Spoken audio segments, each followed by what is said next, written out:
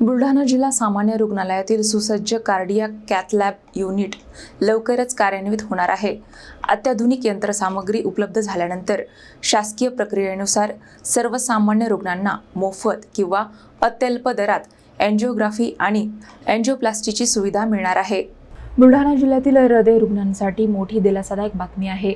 जिल्हा सामान्य रुग्णालयात सुसज्ज कार्डियाक कॅथ लॅब युनिट उभारण्यात आले असून त्याचे बांधकाम पूर्ण झाले आहे।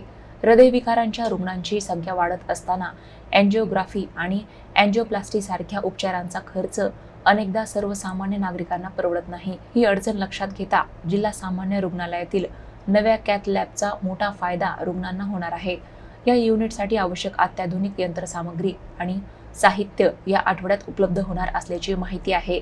त्यानंतर साधारण महिनाभरात आवश्यक शासकीय प्रक्रिया पूर्ण करून कॅथ लॅब सेवा सुरू करण्याचे नियोजन आहे।